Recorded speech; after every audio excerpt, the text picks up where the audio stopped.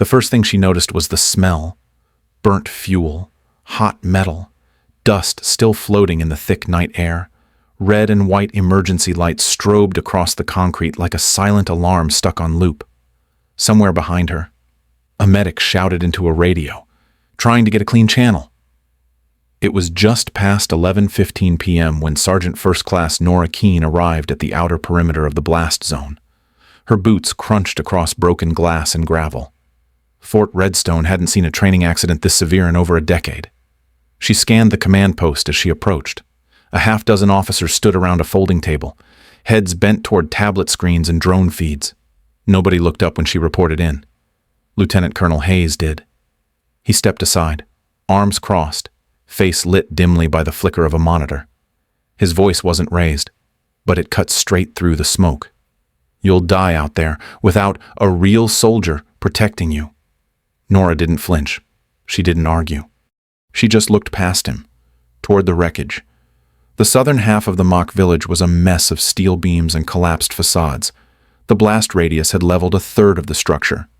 Hayes continued, less harsh now, but no less certain.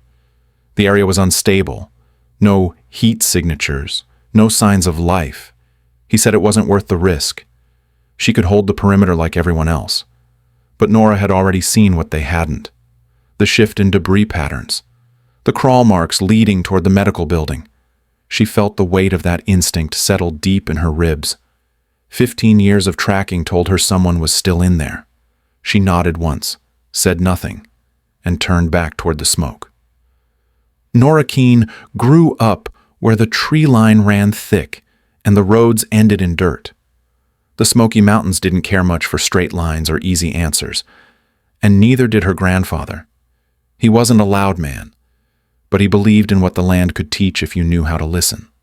By the time Nora was 8, she could follow deer through the woods without breaking a twig. At 10, she could tell which way a person had walked just by how pine needles shifted under their boots. Her grandfather called it reading the ground. He said the earth remembered everything. You just had to know what to ask. She didn't join the army for glory. She joined to do something useful. Military police was her first choice. Tracking was never guaranteed, but she pushed for it, volunteered for every course she could.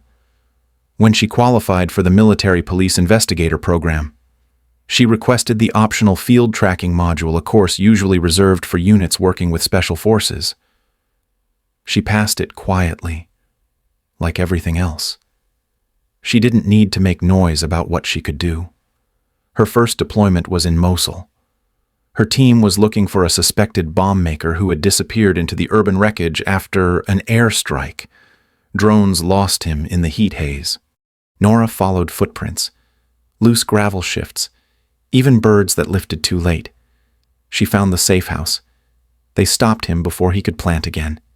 In Helmand Province, a journalist had been taken off a convoy route. Command thought he was dead. Nora traced drops of blood across pale rock, no larger than a fingernail. The path led to a canyon where the hostage had been hidden for 2 days. He survived. She didn't ask for recognition. Over 15 years, Nora combined instinct with data. She mapped heat flow in collapsed buildings, studied how bodies moved in panic. She didn't see tracking as magic. It was method, repetition, patience. Machines saw shapes and movement. Nora saw intent. Terrain whispered stories, and she knew how to listen. What her grandfather started in the forest became something the army could use. She just had to keep proving it, over and over again. At 10:47 p.m., the training grounds at Fort Redstone lit up like a flare against the dark. The explosion came from a fuel transport vehicle in General Langston's convoy. No warning, no delay. Just a sudden roar that cracked windows across the base and turned steel and concrete into shrapnel. Flames rolled high above the mock village before the suppression system even had time to engage. Secondary explosions followed, munitions cooking off, propane tanks rupturing, metal groaning as walls gave way. Within seconds, 3 structures collapsed. A fourth partially caved in. Debris fanned out over nearly 300 meters. Lockdown was immediate. Radios sparked to life. Emergency lights snapped on. Units were pulled back to safe distances. The fire teams moved fast. But access was limited. Too much heat. Too much wreckage. The command center popped up beside a mobile comms truck on the perimeter road, just outside the debris field. Lieutenant Colonel Hayes stepped in as incident commander by default. His response was by the book. He ordered aerial drones with thermal imaging, called in ground-penetrating radar, deployed acoustic sensors for signs of movement. The system lit up with data, but none of it showed life. By the time Sergeant First Class Nora Keene arrived at 11:30 p.m., the air was still hot from the blast. The perimeter was roped off with chem lights and caution tape. Hayes barely glanced at her when she checked in. The screens showed static overlays, red and gray grids glowing across the flattened landscape. Techs muttered about cooling metal and residual heat. According to them, the blast zone was silent. Nora stood behind them, scanning the footage. Buildings were gone, roads erased. It looked like an empty battlefield. But something didn't sit right. The technology had done its job, but everyone was staring at the screens, not the dirt under their boots. She knew the signs of chaos, and she knew when something had survived it. The machines had ruled it a dead zone. Still, part of her gut told her the ground hadn't finished speaking. Not yet. Nora moved along the edge of the blast field while most of the others clustered around screens under the command canopy. From where she stood, the destruction looked total. Nothing left standing but fractured beams and a few walls holding on out of stubbornness. The smell of scorched insulation and diesel hung heavy in the air, but something about the way the ash had settled didn't sit right with her. There were disruptions, subtle, almost invisible to an untrained eye.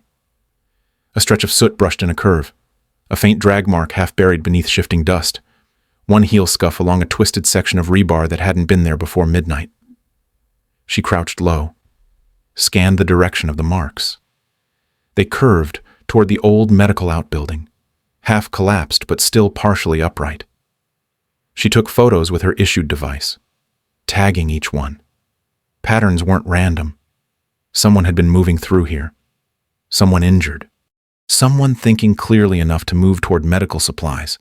She approached the command post and waited until Lieutenant Colonel Hayes acknowledged her. When he did, she kept it short.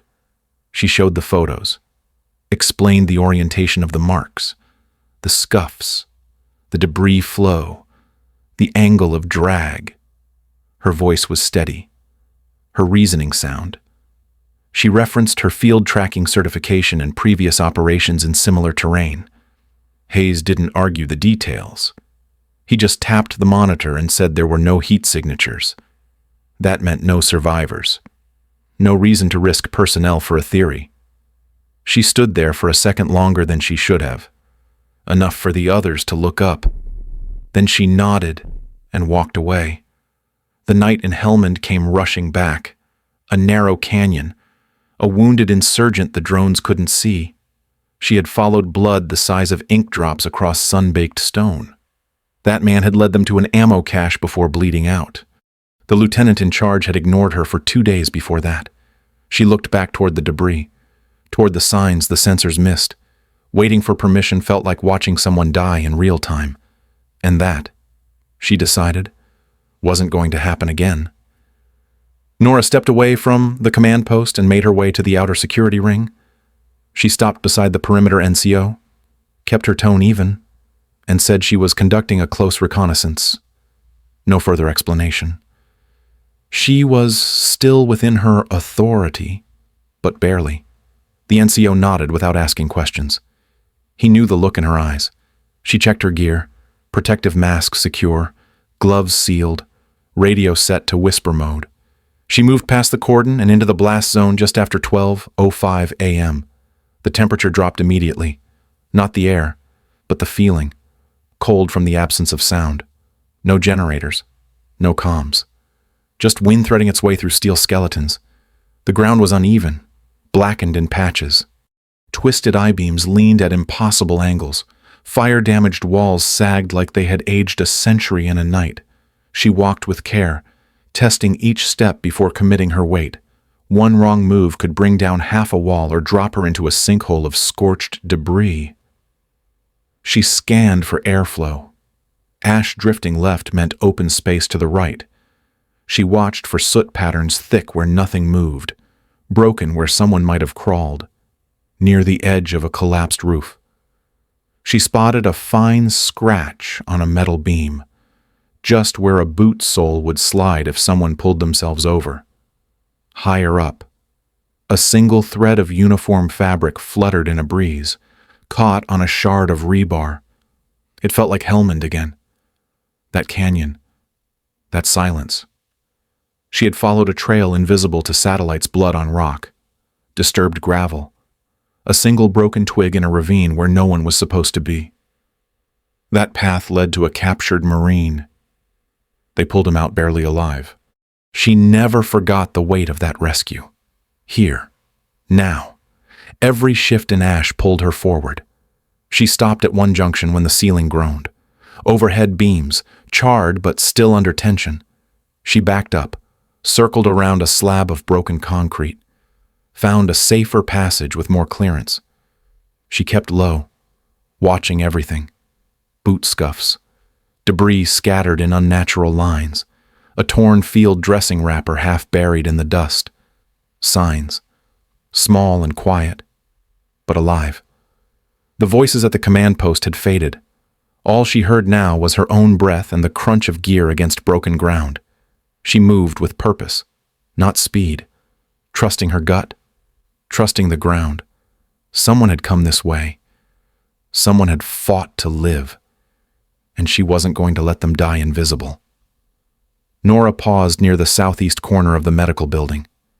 The main entrance was buried under collapsed roofing, but a faint draft of cooler air brushed her cheek. She dropped to one knee and brushed aside debris.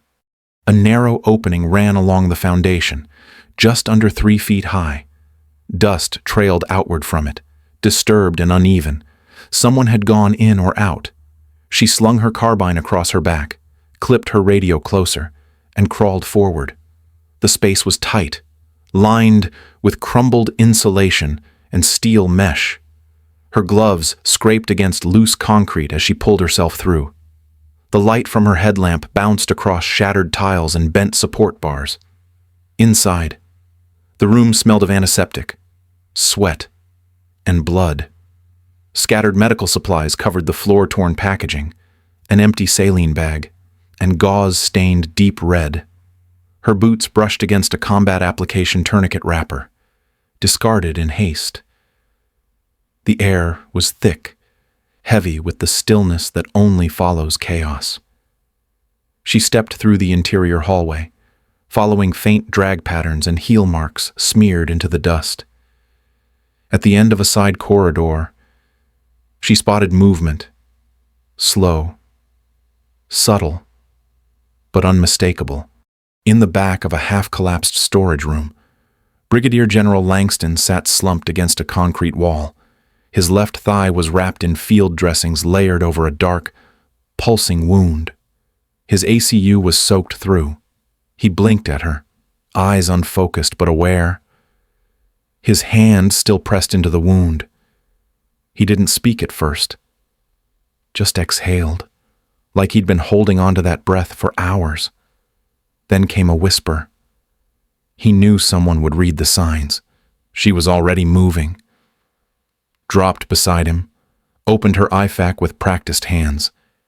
She checked for distal pulse. None. Arterial bleed. She applied a second tourniquet just above the first, twisting it tight. His skin was cold. She checked capillary refill. Delayed. Classic hypovolemic shock. She gave him a salt packet to place under his tongue, then prepped a pain lozenge. Quick, efficient, no wasted motion. Langston didn't ask what came next. He just looked at her like he already knew. Her hands worked fast, steady, focused. She'd made the right call, and he was still breathing because of it. Langston's breathing was shallow. His skin had gone pale, lips tinged gray, but his eyes stayed locked on hers, steady despite the blood loss. She had stabilized him. For now. Tourniquet holding. Saline drip started, but they were on borrowed time. She reached for her radio, hesitating before keying it. If she called for evac now, medevac teams could be on site in minutes. But the general's voice, low and certain, stopped her. 2 more. Rear vehicle. Might still be alive. Nora paused, eyes flicking to the IV tubing, the pulse under his jaw, then back to the dark hallway behind her. Debris blocked half the routes, and she didn't know how far she'd have to go. He saw the hesitation. His hand lifted an inch. Not a request. A command, even if it came barely above a whisper. Find my men first. We don't leave anyone behind. She didn't argue. She didn't have to. She glanced down, checked the pressure dressing one more time, secured it tighter, swapped in an extra bandage and left 2 salt packets tucked under his sleeve. Then she laid her compass beside him. If anything changed, he'd know where to point rescuers. He nodded. Once. That was enough. She scanned the room for anything useful, clipped a chem light to the doorway, and mentally marked her route. One hand rested on Langston's shoulder for just a moment. Not long, but long enough to mean something. Then she stood and moved back into the hallway. Faster this time, but still deliberate. Her breath sounded louder now, not from fear, but from the weight of what she carried. 1 man stabilized, 2 still missing. She didn't look back, but every step forward was a promise, and she planned to keep it. The wreckage stretched wide around her, but Nora knew where to start. She crouched low near what used to be the convoy's eastern approach and swept her light across the debris. The tire tracks were there, barely visible under ash and shattered roofing. One set curved away from the blast center, interrupted by impact craters and fallen support beams. She followed them slowly, pausing to test the ground for stability. Then came the smell. Faint, but familiar. The sharp, metallic scent of blood, riding the air just above the dust. She let it guide her toward a collapsed equipment shelter at the edge of the compound. Most of the roof had given way. Bent beams pressed down over the remains of a tactical vehicle, its rear wheels still visible through twisted sheet metal. She didn't call for help. Not yet. There wasn't time. Nora cleared debris with her hands, moving with practiced speed, always checking for shifting weight. The structure creaked above her, ready to give again if disturbed the wrong way. She propped up a sagging beam with a nearby jack bar and kept digging. At nearly 12:55 a.m., her light hit fabric. She peeled back the last of the debris and saw Specialist Martinez slumped against the cab, eyes half open, breathing. She tapped his shoulder, checked for bleeding, and watched his pupils. Concussed, shaky, but responsive. He mumbled something and tried to stand. She steadied him. Private First Class Chen was next, trapped beneath part of the collapsed roof, pinned at the hips. His pulse was strong, though his leg was twisted beneath him. No spinal indicators. But movement was out of the question. Nora clipped a chem light above the vehicle, marked the entrance, and gave Martinez a water packet from her pouch. She guided him to sit just outside the collapse zone, then returned to Chen. She wrapped his arm with ID tape and marked triage status with a red cross. He was stable for now, but immobile. She whispered that help was coming and saw his eyelids twitch, still fighting. 3 down, 1 to go. She keyed her beacon, then reached for her litter. Nora keyed her emergency beacon and clipped it high on the broken frame of the shelter. Its signal pulsed steady, sending coordinates back to the tactical net. She moved quickly, sweeping her light across the wreckage, searching for the best open space nearby. About 70 meters northeast. past a stretch of cracked pavement and fallen fencing. She found it. Clear enough. Wide enough. She placed her infrared strobe on a splintered post and turned it on, watching the pulse disappear into the smoke. Back at the shelter, she organized the evacuation. Martinez was alert but unstable. She looped his arm across her shoulders and guided him toward the LZ, speaking low and steady. His weight leaned heavy, but he moved. Chen was less responsive. She checked his tourniquet, added a fresh field dressing to his side, then slid him onto the litter. Chest strap, knee support, neck clear. She gave him a nod, even though he couldn't see it. The whoop of rotor blades cut through the silence at 1:23 a.m. A UH-60 Blackhawk hovered in through the haze. The medevac crew moved fast, eyes shielded, steps exact. Nora handed off Martinez first, then Chen. No words, just contact, coordination, lift. Then she turned back into the smoke. The medical building was darker now, quieter. She moved fast but careful, boots scanning the ground for shifting debris. Inside, she found Langston trying to push himself upright, braced against the wall. Blood soaked down to his boot. He shook his head when she reached for him. Still wouldn't be carried while others walked. She crouched beside him, locked his arm across her shoulders, and rose, slow. He grunted once. She said nothing. They moved together, step by step. One more light in the smoke. The investigation wrapped up 6 weeks later. Medical officers concluded that Brigadier General Langston would have bled out before 3:15 a.m. without intervention. The clot had started to break down by the time Sergeant First Class Nora Keene reached him. Her decision to act, despite orders, had saved not just him, but also Specialist Martinez and Private First Class Chen, at a quiet ceremony held at Fort Leonard Wood. Langston himself pinned the Distinguished Service Medal on Nora's uniform. He kept the speech short.